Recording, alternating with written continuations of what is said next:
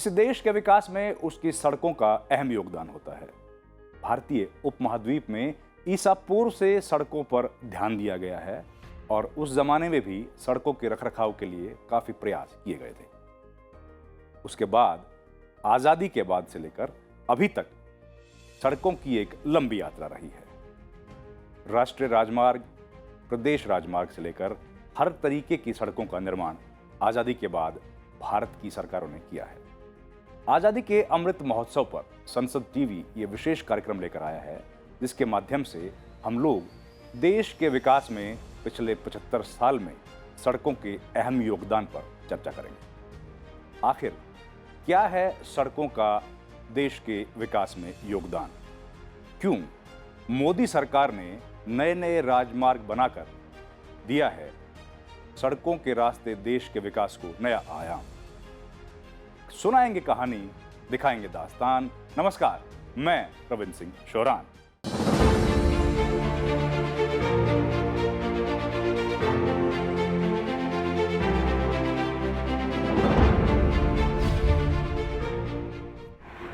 चमचमाती चौड़ी सपाट सड़कें, एक शहर को दूसरे से जोड़ते एक्सप्रेसवे और हाईवे, और इन सड़कों पर दौड़ते तेज रफ्तार वाहन भारत के तेज विकास और तरक्की के प्रतीक हैं। एक मायने में कहें तो विकास सड़कों पर चलकर ही आगे बढ़ता है। अगर सड़कों पर गड्ढे होते हैं तो विकास भी रुक जाता है। इस बात को समझते हुए आजादी के बाद से देश के हर हिस्से को अच्छे राष्ट्रीय राजमार्गों से जोड़ने के लिए काम किया जा रहा है। काम की रफ्तार कभी धीमी रही तो कभी मध्यम, मगर पिछले कुछ वर्षों में सड़क निर्माण के मामले में भारत में एक नई क्रांति आई है। भारतीय उपमहाद्वीप में सड़क विकास का पहला प्रमाण सिंधु घाटी सभ्यता के प्राचीन शहरों हड़प्पा और मोहनजोदारो में लगभग 2800 ईसा पूर्व मिलता है। प्राचीन और मध्यकालीन भारत के शासकों और राजाओं ने शहरों को जोड़ने के लिए सड़कों का निर्माण जारी रखा। मौर्य साम्राज्य के दौरान वर्तमान ग्रैंड ट्रंक रोड का पुनर्निर्माण किया गया था। बाद में मुगल साम्राज्य और ब्रिटिश साम्राज्य के दौरान इसे फिर से बनाया गया।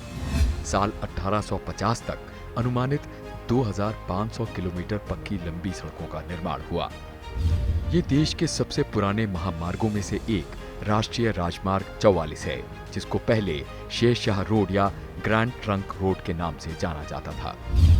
आजादी के बाद देश में सड़क परिवहन की स्थिति में बदलाव होना शुरू हो गया। उसके बाद ये माना गया कि सड़क परिवहन देश के आर्थिक विकास के लिए एक महत्वपूर्ण बुनियादी ढांचा है। ये गति, संरचना और विकास के प्रतिरूप को प्रभावित करता है। आज आजादी के 75 साल बाद देश में 60% माल ढुलाई सड़कों के माध्यम से ही की जाती है। यात्री यातायात का 85% हिस्सा सड़कों के नाम ही है। साल 1947 में जब भारत आजाद हुआ, तब यहाँ नेशनल हाईवे की संख्या 21,378 किलोमीटर थी। 1951 में देश में सिर्फ 40,000 किलोमीटर लंबी सड़कें थीं। भारत का रोड नेटवर्क दुनिया में दूसरा सबसे बड़ा नेटवर्क बन चुका है। अपनी क्षमताओं का प्रदर्शन करते हुए देश में सरकार ने विश्व स्तर के हाईवे और एक्सप्रेसवे बनाए हैं। भारत का राष्ट्रीय राजमार्ग नेटवर्क अगस्त 2021 तक बढ़कर 1,40,152 किलोमीटर हो गया है, जो कि अगस्त 2011 में 71,772 किलोमीटर था। देश भर में राष्ट्रीय राजमार्ग नेटवर्क का विस्तार करने के लिए वर्ष 2022 और 23 में 50 किलोमीटर प्रति दिन की रिकॉर्ड गति से 18,000 किलोमीटर के राष्ट्रीय राजमार्ग का निर्माण कार्य प्रगति पर है। कुल मिलाकर वर्ष 2025 तक 2 लाख किलोमीटर राष्ट्रीय राजमार्ग नेटवर्क विकसित करने का लक्ष्य निर्धारित है। We have roads across the country which are in good condition, so that people are able to access all the major facilities of healthcare, education, market, and then only we can tell that India is a growing economy. देश में राष्ट्रीय राजमार्गों के विकास के लिए तत्कालीन अटल सरकार में कई महत्वपूर्ण निर्णय लिए गए थे। स्वर्णिम चतुर्भुज योजना से लेकर प्रधानमंत्री ग्राम सड़क योजना पर जोर दिया गया। अटल सरकार में 300 अरब रुपए से NSEW कॉरिडोरों के स्वर्णिम चतुर्भुज अंश और सभी प्रमुख बंदरगाहों को राष्ट्रीय राजमार्गों से जोड़ने की योजना बनाई गई। इसके अलावा राष्ट्रीय राजमार्ग, expressway, ring road, bypass road और फ्लाईओवर निर्माण की योजना को भी बड़े पैमाने पर मंजूरी दी गई। You know, in the last 10 years also we see lot of news around highways and roads being built under the current government, and this is a good sign, and I would say there have also been new technology in construction. Now you get cemented roads, it's not only dependent on your tar roads, which of course gets eroded, you know, much shortly. Then there is a problem of skidding in, you know, different. So there's a lot of innovation and technology coming up in construction. देश में सड़क को मूल रूप से 3 हिस्सों में बांटा जा सकता है: नेशनल हाईवे, स्टेट हाईवे और ग्रामीण सड़कें।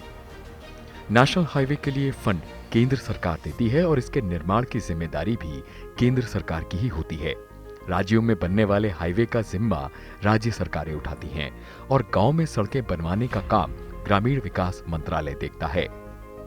वर्ष 2014 से 7 लाख किलोमीटर से अधिक लंबी ग्रामीण सड़कें बनाई जा चुकी हैं। इसके अलावा पिछले 3 वर्षों के दौरान 3.25 लाख किलोमीटर सड़कों का उन्नयन किया गया है। पिछले 3 वर्षों के दौरान ई मार्ग यानी PMGSY के अंतर्गत ग्रामीण सड़कों का इलेक्ट्रॉनिक रखरखाव परियोजना के अंतर्गत 45 लाख किलोमीटर से अधिक दूरी की सड़कों के लिए GIS सक्षम डेटा संकलित किया गया है। नई तकनीकों का उपयोग करके 1,10,000 किलोमीटर से अधिक लंबी सड़क बनाने की योजना है, जिसमें से 70,000 किलोमीटर से अधिक का काम पूरा हो चुका है। देखते हैं कि पहली बार इंफ्रास्ट्रक्चर को एक एकीकृत रूप में, इंटीग्रेटेड रूप में उसको ऑब्जर्व किया गया। उसका अप्रोच जो है वो चेंज हुआ। पहले था कि रोड, रेलवे, सिविल एविएशन, जितने भी तरह के इंफ्रास्ट्रक्चर है सब अपनी अपनी दिशा में चल रहे हैं। अब यहाँ पर कहा गया कि नहीं, इन सबों को एक पाइपलाइन में लाया जाए और उसके चलते नेशनल इंफ्रास्ट्रक्चर पाइपलाइन की संकल्पना की गई। आज भारतीय सड़क नेटवर्क 47 लाख किलोमीटर से अधिक लंबाई के साथ दुनिया का दूसरा प्रमुख नेटवर्क है। इसमें 70,934 किलोमीटर लंबे राष्ट्रीय राजमार्ग, 1,54,522 किलोमीटर लंबे राजकीय राजमार्ग, 25,77,396 किलोमीटर लंबाई वाली प्रमुख जिला सड़कें और अन्य जिला सड़कें तथा 14,33,577 किलोमीटर लंबी ग्रामीण सड़कें शामिल हैं। देश में कुल सड़क लंबाई के संबंध में पहला सर्वेक्षण वर्ष 1951 का है, जिसके अनुसार देश भर में सड़कों की कुल लंबाई 4 लाख किलोमीटर थी, जो वर्ष 1971 आते आते 9,15,000 किलोमीटर हो गई। वर्ष 1981 में ये बढ़कर 14,85,000 किलोमीटर हो गई। 30 जून 2017 के आंकड़ों के मुताबिक भारत में कुल सड़कों की लंबाई 54,72,464 किलोमीटर थी, जो वर्ष 2013 तक मात्र 49,49,000 थी। यदि हम भारत में राष्ट्रीय राजमार्गों के विकास क्रम और इसके इतिहास को देखें तो वर्ष 1951 के आंकड़ों के मुताबिक देश में नेशनल हाईवे की कुल लंबाई 20,000 किलोमीटर थी, जो 1981 में बढ़कर 32,000 किलोमीटर, वर्ष 2000 में 94,000 किलोमीटर तथा 2012-13 में ये 1,68,000 किलोमीटर पार हो गई थी। आज देश में करीब 37 किलोमीटर लंबी सड़क का निर्माण रोज हो रहा है और सरकार का लक्ष्य इसको जल्द ही 45 किलोमीटर प्रतिदिन करने का है। सबसे पहली बात यह है कि रोड का जो कंस्ट्रक्शन है वो बहुत ही फास्ट पेस पर हो रहा है। आज एक दिन में 37 किलोमीटर क्वालिटी रोड बना लेना बहुत बड़ी बात है और हमारा एम इससे भी आगे 45 किलोमीटर 50 किलोमीटर प्रतिदिन का ये हमारा एम है।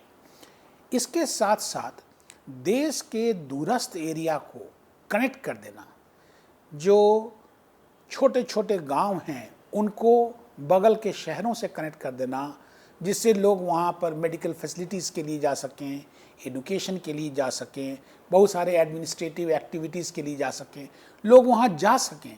तो मोबिलिटी को जो है वो हमारे वर्तमान सरकार ने, प्रेजेंट गवर्नमेंट ने, हमारे मोथ डिपार्टमेंट ने, मिनिस्ट्री ने इसको बहुत तेजी के साथ इसको सपोर्ट किया है।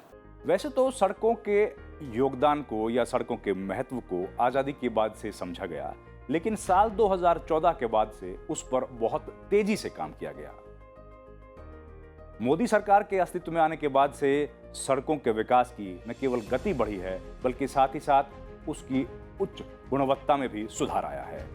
आज देश में करीब 37 किलोमीटर का गुणवत्ता का रोड रोज तैयार हो रहा है और सरकार का लक्ष्य है कि आने वाले चंद सालों में ये 45 किलोमीटर रोज की रफ्तार से सड़कों का निर्माण करें। वर्तमान मोदी सरकार ने देश के पूर्वोत्तर राज्यों से लेकर देश के विभिन्न स्थानों पर सड़क निर्माण का काम तेज कर दिया है। बरसों से उपेक्षित रहे उत्तर पूर्व के राज्यों में भी अब विकास की बयार बह रही है।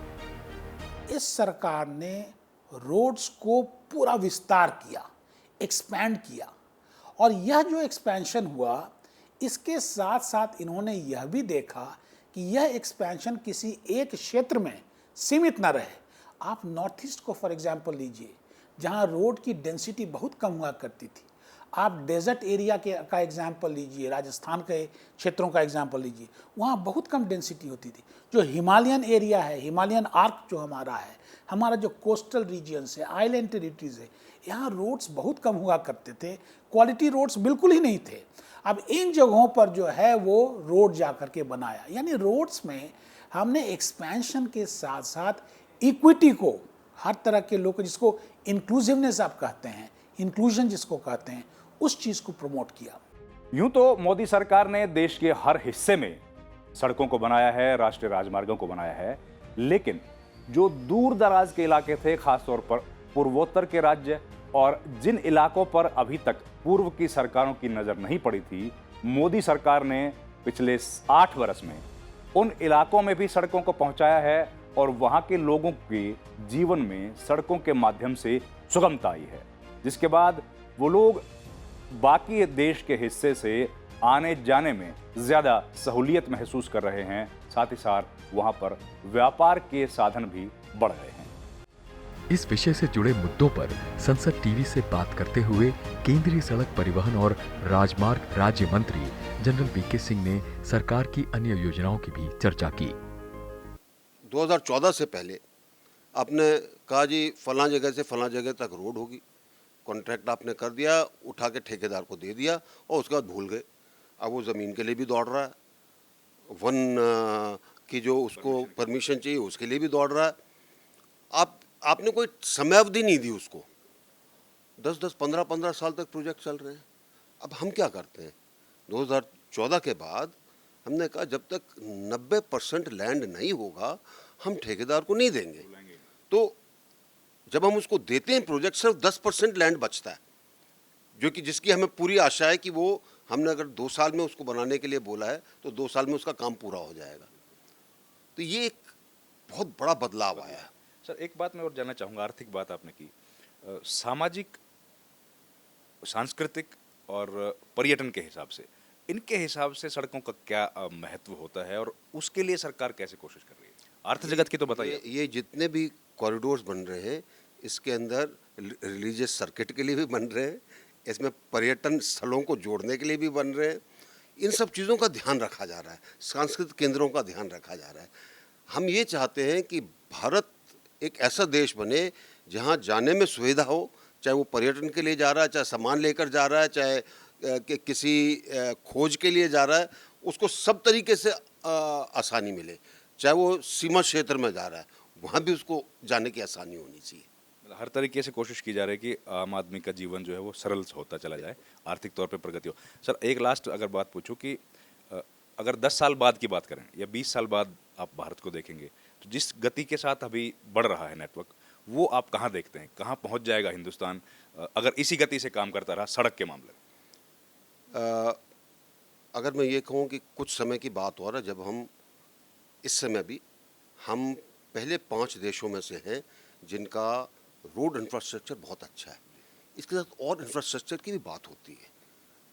इस अमृत काल में अगले 25 वर्षों में जिस दूरदर्शिता से प्रधानमंत्री जी ने नींव रखी है, उस दूरदर्शिता से जब काम चलता रहेगा तो मानकर चलिए भारत का एक सर्वोच्च स्थान होगा। सरकार ने अब तक सड़क निर्माण के क्षेत्र में और तेजी लाने के लिए अहम कदम उठाते हुए 100% प्रत्यक्ष विदेशी निवेश को मंजूरी भी दे दी है।